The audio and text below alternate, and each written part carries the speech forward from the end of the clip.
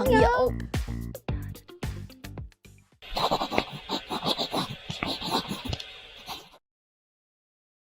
哇哦，感觉像北山是个白屋，露营的地方，还挺不错。好，今天呢，我们特地安排了一个特殊的小任务，长期任务卡，我们来看一下吧。好，谢谢。你读吧呀。今天是拜托你来朋友的真心之夜，我们特地找到了这个富有特色的地方，希望你们能在这里忘掉一切复杂的事情，用最简单的心情和状态，与我们分享一些关于你们的故事。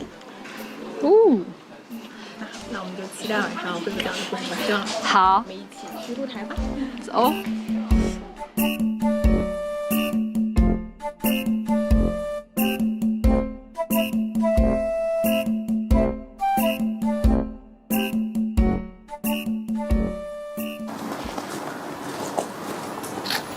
哇，好漂亮。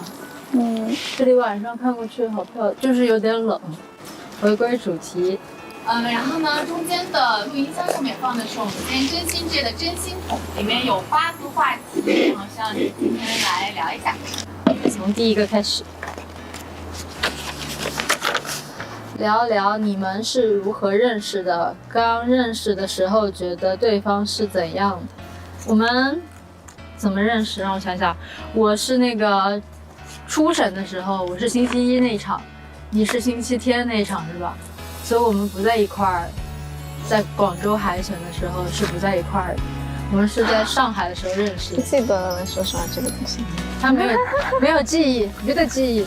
就是我们是在上海认识嘛，然后呢，当时我们是坐在一块儿吗？嗯，然后是你问的我还是我问的你？不知道。我只记得许耀一轴穿了一个蓝色格子的衣服，然后那种泡泡袜、泡泡袖。我啥时候穿泡泡袜？不是啊，那种花边袜，啊然后白色的透明泡泡袖啊。嗯，他说刚认识的时候觉得我对方是怎样子的，傣族美女。对啊我，知道了，对啊，那就像现在这个样子，就像现在一样，所以等于是我们8年后的现在，回到了我们最原始开头的地方，对，做最原始开头的事情，嗯，发型也跟现在差不多。没怎么变嘛，就是也是喜欢穿裤子、大 T 恤这样子。然后你那个时候就也很喜欢穿小裙子啊、短裤啊。你刚进来的时候也很可爱的，你刚进来的时候穿很多裙子，你忘记了？不是啊，是因为你改变了我，然后我也穿了很多。什么呀？是的你自己想穿，你没有为什么不承认呢？好像我以前不穿，很少穿裙子，我家里的衣柜都没什么裙子。然后就是 OK，你后来就是，然后就打开小一的衣柜，里面全都是裙子。然后后来我就开始一块儿去买裙子，我们一起来买那个什么很那个什么日系的牌子。那种有蕾丝、有花边的裙子。对啊，看就很像是那种湖南的女生，就是那种身材非常的好。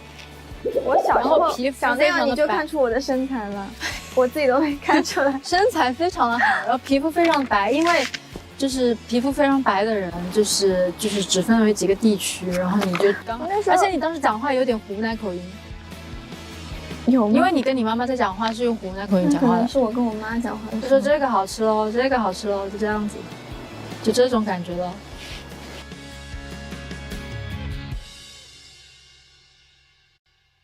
第二个问题，真正让你们成为好朋友，或者说放下心防的瞬间是？就是随着时间嘛，可能2楼搬到3楼之后，但是我们刚刚开始3期生的时候，不是因为还有别的队友嘛，然后我们可能当时玩的时候，虽然我们住一块儿，但是还会有就是跟不同的人一块儿玩，然后是吧？嗯，对，然后后来他们也慢慢的走了，然后就最后就只有我们2个，就是看着身边的周围大家一个一个离开，然后到了后面慢慢开始，就是有些东西可能只会我们2个去说，不愿意跟太多别人去说这件事情，因为我觉得他们可能也不懂我们。主要我们一起经历的事情真的有点太多了。可能是去韩国街吃了部队火锅以后吧。哦，就是有一次去吃，我对那次印象很深，不知道为什么。就是我穿的千鸟格子裙，谁知道你穿什么？是我记忆力太好了。没有，就是有一次我们是去章鱼烧，里面的火腿很好吃。我们坐的地铁，因为当时我们很穷。然后就是公司不多，然后我们只能坐的7号线坐到市中心。我们还有一次去看了东方明珠。哦，对，但我们没有上去，我们就只是单纯的在下边看，因为太贵了买不起当时。然后我们以前就经常去人广、迪美，然后那里逛，然后那个叫什么，那个来福士，就去那些地方逛来逛去。我觉得就是习惯了吧，习惯了身边有这个人，那种陪伴的感觉。对，然后在房间的时候，可能有一段时间，每天晚上就是都会聊到早上，就是我们好像固定，就总是有几个月或者一两个月会就是聊天聊到了天亮，对吧？然后就是不知道为什么聊什么乱七八糟什么都聊，然后一聊到早上，然后就开始睡到了下午5、6点。然后这种感觉很好啊，就很不错。但是如果你还要再说，就是你从清理回来之后，我真的觉得天哪，这也太久，那是我们当朋友6年左右吧。我知道，只是觉得你从清理回来之后，就是觉得，就是一下子一个身边很好的朋友走了，一下子我觉得我从清理回来那段时间，你不敢在台上跟我很好，对吧？对，我看出来了，因为怕，没什么好怕的。其实你也知道我比较那个怕这些事情。对的。对啊。但是当时在我看来，就是会让我觉得，就是没什么。就好像当时你去清理的时候，我就很想，你一定要就可能知道说。出道的名额可能就是真的就只有这几个，但是也很希望你能就尽可能的留到最后，然后就到后面不是名额紧缩，就只能就是几个人嘛，我就只给了你跟那个阿蒙。但是我觉得如果是你现在的性格，你应该不怕了，就是你当时会更加的，当时是一个更加的敏感，更加的怎么说呢？比较脆弱的人，虽然看着大大咧咧，是的，但是很脆弱。虽然其实会想，就是考虑还蛮多事情的。但是天秤座不是都把所有的预想的事情都预想好了，然后再去做这种事情吗？你不是也是吗？不是，所以说我的感觉不是一个天秤座。我当时就会觉得那既然我们是好朋友，我们就在台上就是该怎么样好就给。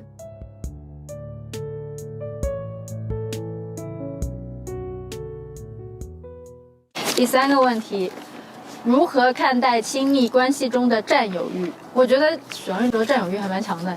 对的，他占有欲挺强的。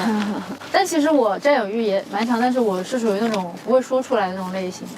我会觉得你怎么又跟他玩这么好啊？然后就这样子吧，内心会很介意，但是就是也不会去说这种。真假的？我是属于闷葫芦性格，就是你一定要问到那个点了，我才会说。我不知道你会这么想？对啊，就是有一段时就很久之前吧。有占有欲很正常吧，但是我觉得还是，毕竟兴趣不是100%都是吻合的，所以每个人都是有自己的空间去做。对，我觉得有自己空间是一件以前我会很好的事情。不理解，以前很久之前吧，就你出去干什么，我就会觉得怎么不带我，好难过之类的。后来我就习惯了，会觉得算了，我也不喜欢，我也不喜欢干那个事儿，我去干。就好像之前去韩国的时候，我说去舞蹈室上舞蹈课一样。什么？就你跳的舞种不是我喜欢的类型，但是你之前说要跟我一块儿去。确实。对，然后但是也约定好了嘛，之后就有机会就一起去跳嘛。主要是现在长大了，然后就是想做自己的事情更多了，有时候，就比如说你很想认真的把音乐给弄好，然后我可能也会在我自己想做的一些拍摄的东西，也想更好，所以就是长大了之后发现，就是每个人的点都不一样，但是想的东西还是在一块儿。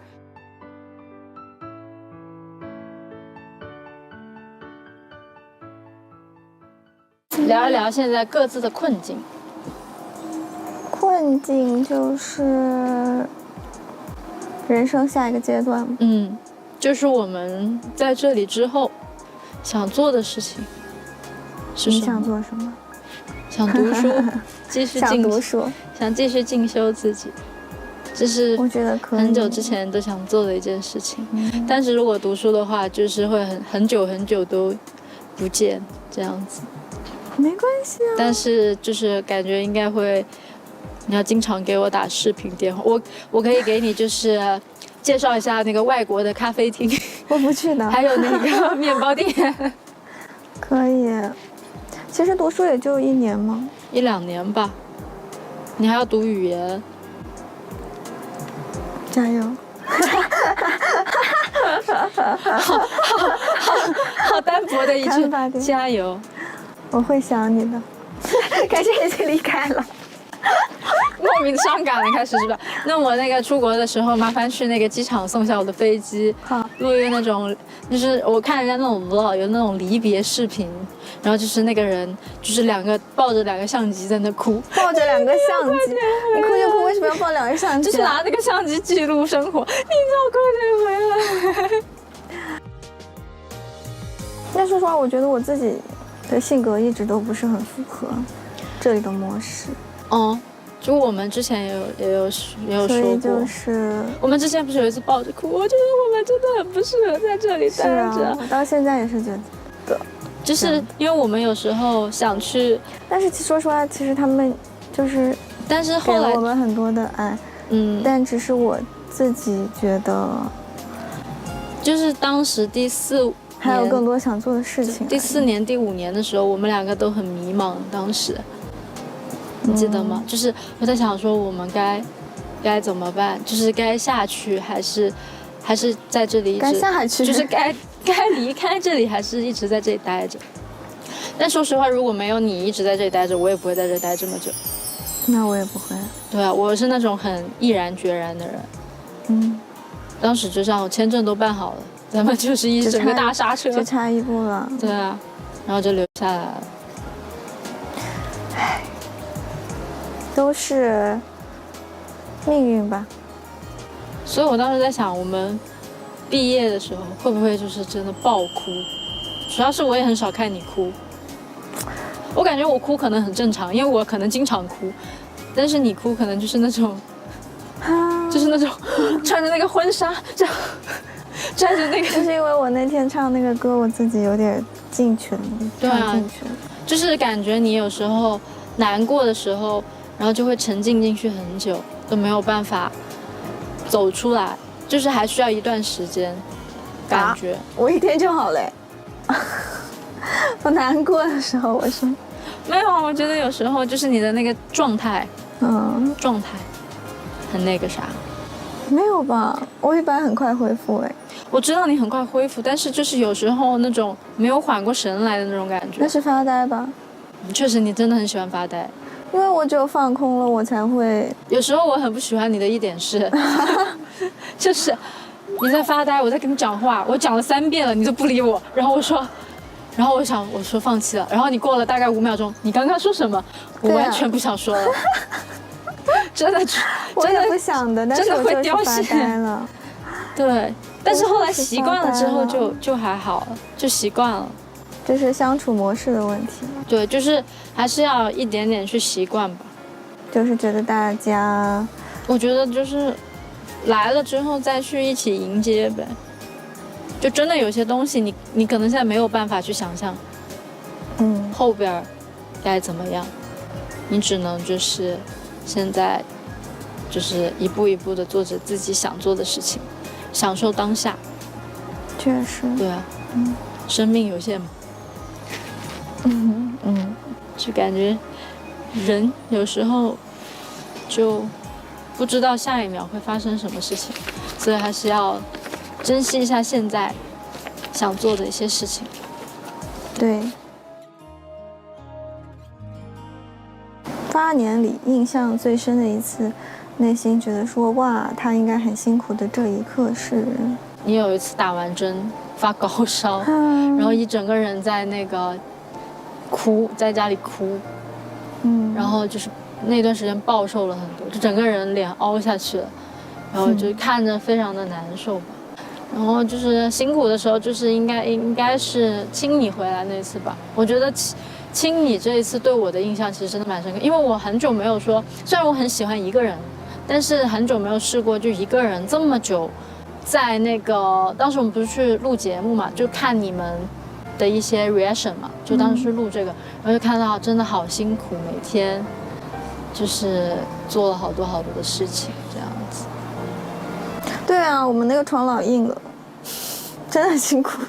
就感觉吃挺好，吃不好，吃的好吗？吃的也就红薯玉米。对啊，就是不是你爱吃的东西，然后就是感觉想干嘛也不行。你的话，我觉得就是小组合那次吧。确实，真的太辛苦了。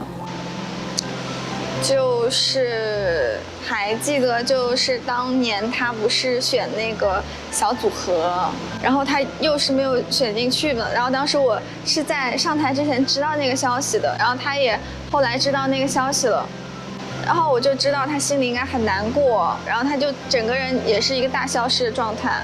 然后我就去找他，后来在一个地方找到他，他真的就是在一个人哭，就是真的我当时真的就是很心疼，所以就很记得那个场景。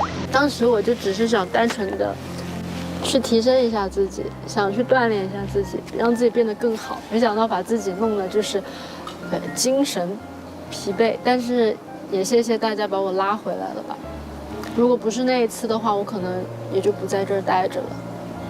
可是这样就是会让你变得更好了。对，但是那次之后往好的方向对，就变坚强了很多。对啊。对啊。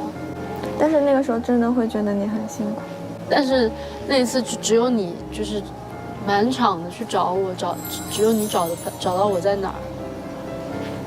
因为你好像是不是比我早知道一点这件事情，当时你还不敢跟我说。对啊。对，因为我不知道怎么说。而且我觉得从我的立场说很奇怪，但是那也是我唯一一次像发了疯一样在后台疯狂的跑。主要是当时就感觉明明已经知道了会稳了，努力的感觉吧，就我觉得我很努力去做这种事情，但是不知道为什么。那肯定啊，那都是事业的一个阶段。对啊。都过去了。都过去了，以后我们会更好的。不会有这种事情了。以后我们会更好的。对呀。有更多想做的事情吧，想去完成的事情，就好像我们自己也想做很多很多想做的事情。对呀，不要有太多的顾虑，我觉得。就是有时候想太多，可能也是一种负担。所以我有时候很羡慕你那种不需要想太多，就是比较就是。其实我也就是说，但是其实你也会放在心里面。当然，但是我只是会放得比较开而已。就是你会，但是有时候我觉得你内心，其实你说的没关系，但你内心还是有一点关系。就是其实我能感受得出来。那当然。对啊。就有时候在某些事情上，就是其实能 feel 得到。请在空格上说出你想说的话。谢谢你，你先说吧，我感觉都是我先说。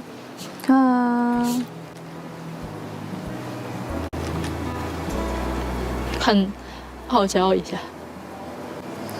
谢谢你，张欣，我会一直陪伴你的。哦，谢谢你，许阳玉竹。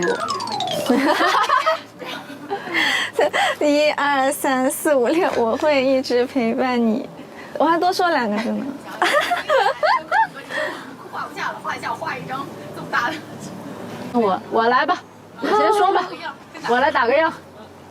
然后我说，谢谢你，许阳玉卓，每次在我最需要帮助的时候，每次在我最需要别人关怀的时候，你都是第一个冲出来帮我的人。还有就是每一次遇到不开心的事情跟难过的事情，还有生病的时候，你都是就是一直照顾着我吧。就虽然说之前我也说了嘛，我在那个生活上面很照顾你，但是很多一些细致的东西是你照顾的我更多一点，就是一些情绪上面的东西，跟一些各种各样的。但我觉得其实这种反而会更累，因为情绪这种东西很容易也影响到别人。有时候我为什么不喜欢一个人，就是不喜欢去跟别人一起去说这种事情，因为我就不想把一些不好的情绪带给别人，让别人也难受，所以我就想说自己一个人消失一段时间，好好的消化一下，可能就会好很多。对，就不想麻烦。但是每一次都是在我很需要的时候，你找到我，知道我在哪里，然后会给我打很多很多的电话，然后就问我在哪里，这样子。说你性格太别扭了。确实性格很别扭，是不愿意说出真实的话语，是吧？一定要一直逼问之下，才能说出来自己想说的话。是的，对。我觉得你让小王子说，他可能真的说不出来。确实，你可能让他就是写出来会更好一点。他是真的是属于那种，就是你让真情对话，他可能真情无法真情出来。好，谢谢你张鑫一直以来对我的了解。没有了，我觉得人没有几个8年嘛。对。然后人生路上，你跟小学同学，你跟初中同学，那个抢我话讲。啊，你说。好，你讲。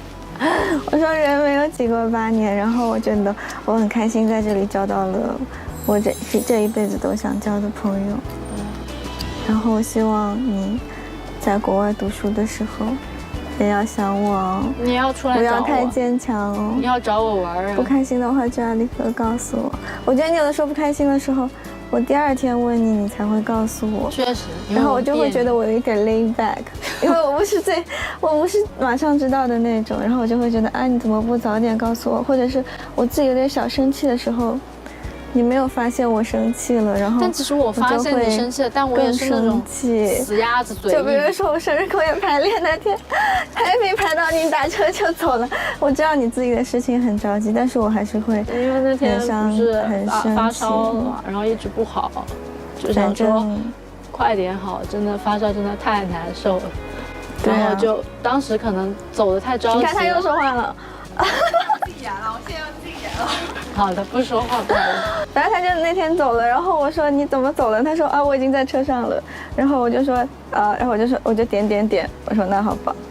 但是就是我知道他会有自己的事情，所以每次我说我就会很努力的去理解他，然后他也给我带来了，你给我带来了很多很多温暖。因为我有的时候是一个也算是别扭的人，因为我不太会跟别人表达我的喜欢。就是别人说怎么样，我就说哦你真棒啊，就是这样。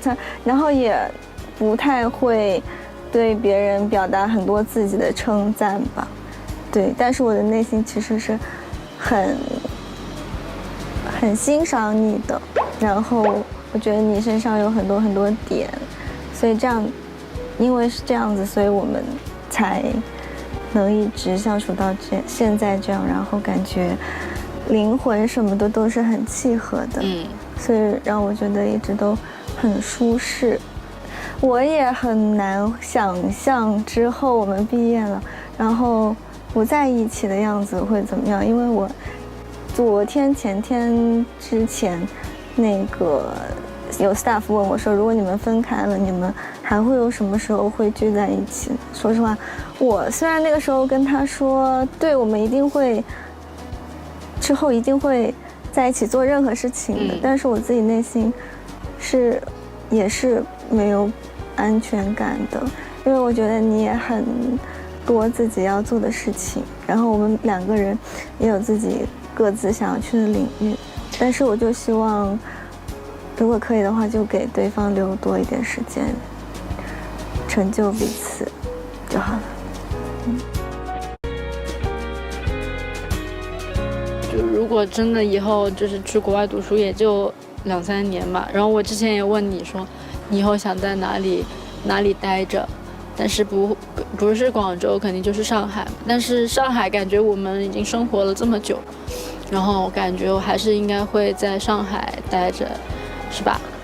就算我不是说好了嘛，就是以后就是可能大家相互做自己的事情，但是我们要就是买房间，买在那个隔壁栋，大家一块儿这样子，就是无论去哪里，然后无论干嘛，当你回到家，回到最舒适的地方，就是能互相看到对方的时候，对吧？我就觉得这样子其实就是最好，因为我觉得每天其实做很多事情都很紧绷，唯一一个让你最舒适、最开心、最让自己放松的时候就是家里面。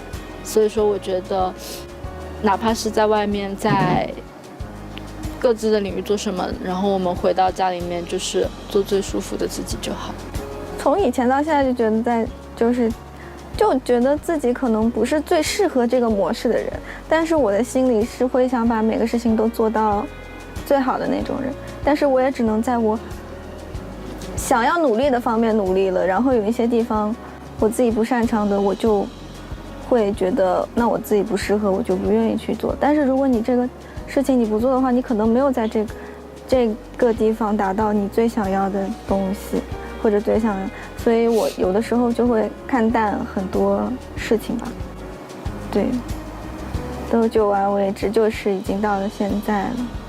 但也很感谢有很多人看到了，但也是会有小遗憾在的。但就是会有一种感觉，在这个地方该做的事情好像快要到达尽头了，该做的东西也就这么多了，时常会有这种想法的，就有种倒计时的感觉。反正我们以后都要越来越好。干杯！我就以白水代酒，为您干杯。